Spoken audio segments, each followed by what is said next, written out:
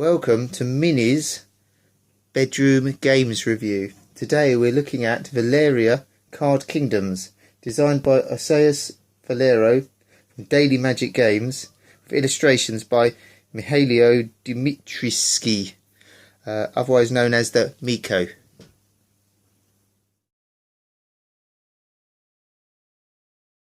What's in the box?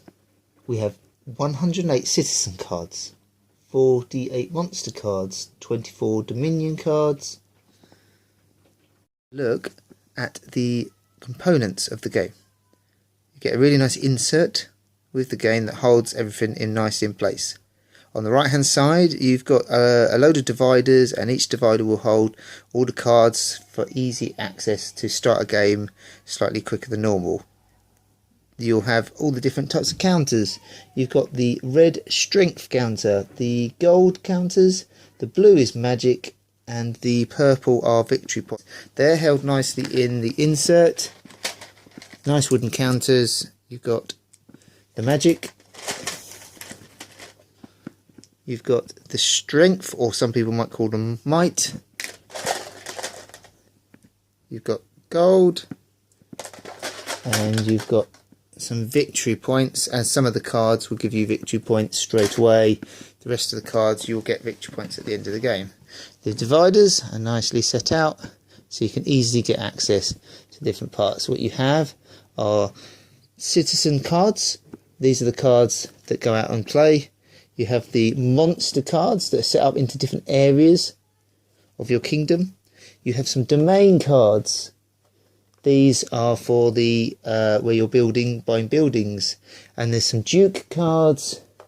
These are end game bonus cards, as well as you will also get some reference cards, some exhausted cards for when the stacks of cards run out, and these are at the back, and also you will have some starter cards.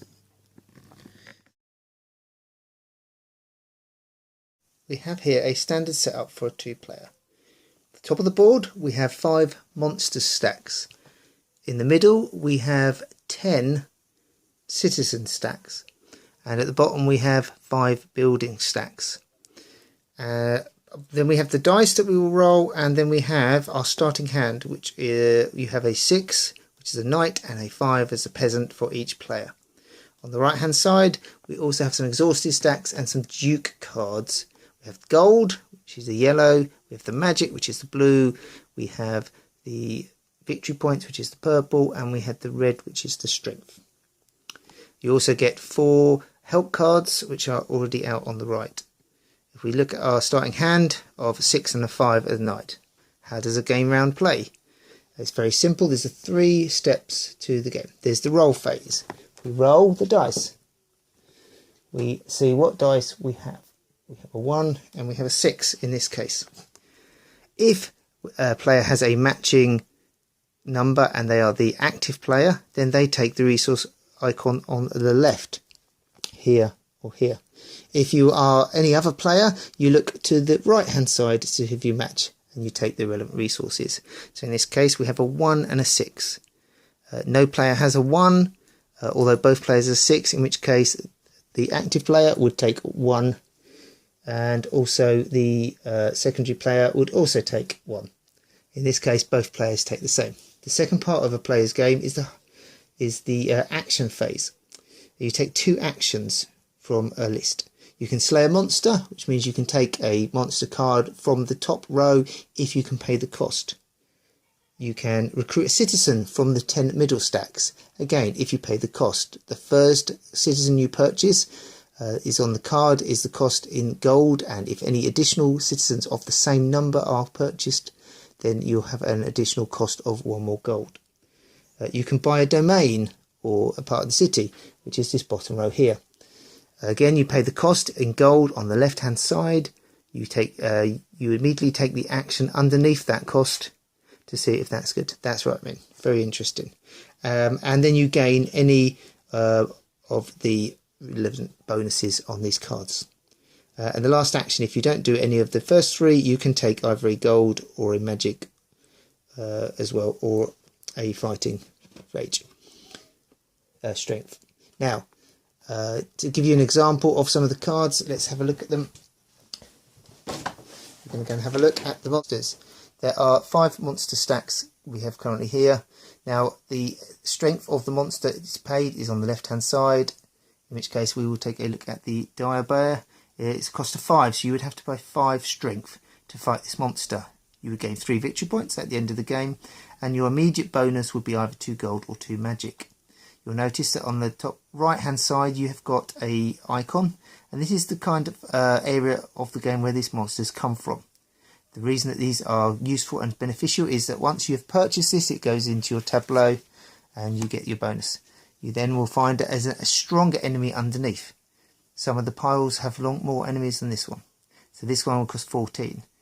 This is the last card in the stack. This is the Chief Orc, and you'll find that there will be a bonus for however many of this type of creature you've destroyed. So in this case, you would immediately get 2 gold for every type of this creature that you've killed up to this point. The strength starts quite low. If we take a look at the owlbear, and then as you fight them, there's more and more. So it is quite useful to target one type of creature and try and get as many as you can, including the end bonus as well. They get stronger and the cost is more. When you look at the 10 cards in the middle, again there is the cost and then you get the benefit. And you're looking at the number on the left hand side, and the more you have of these, the more bonuses you're going to get when your numbers are rolled or when the other players' numbers are rolled. Some of these cards have a dual number like 11, 12 as well, and some of them have not just picking up strength or gold or magic. Some enable you to sort of change gold to magic or get cards at a cheaper cost.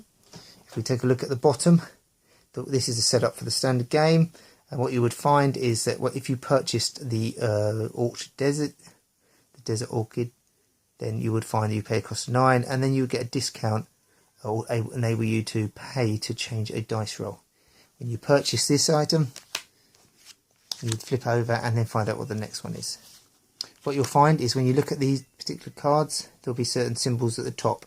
These match the symbols in the cards, as you can see. To purchase these cards, you have to have these symboled citizens in your tableau before you can purchase them. So at present, no player, active player, can purchase any cards because we've only got a 6 and a 5. If later on in the game we did have the required symbols to purchase these, then we would be able to do that. So if I purchased 2 cards to enable me to do this, we would then be able to activate that. In this case, I've now purchased later in the game a 9 and 10, the Priestess and the Alchemist.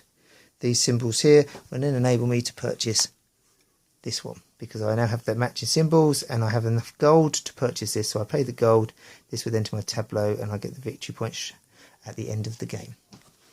What, you ask, is the end of game scenario? It is based on the number of players and the number of empty spots in the tableau. We have over here the exhausted card stack. When one of these stacks over on the main board is exhausted, you would take an exhausted card and you'll block it off to show that it's now exhausted. It is 2 times the number of players, the number of empty stacks. So if we have a 2-player game, we're talking 4 stacks would be empty, and that would signify the end of the game. You would tot up all your victory points and the victory points on your cards and any that you have already accrued during the game, and then you would then enable you to see who has won the game. There is one additional rule is regarding the Duke card. Every player will take a Duke card at the start of the game. These Duke cards will enable you to give you an idea of an end game bonus as well. So in this one, Holland the Brave, at the end of the game you will get 2 victory points for each citizen card and 1 victory point for every 4 gold, magic and strength. So every one will be slightly different and give you an end of game bonus that you could play to. Cornelius the Dreamer, at the end of the game you score 3 victory points for every domain that you own and 1 victory point for every 3 types of resources.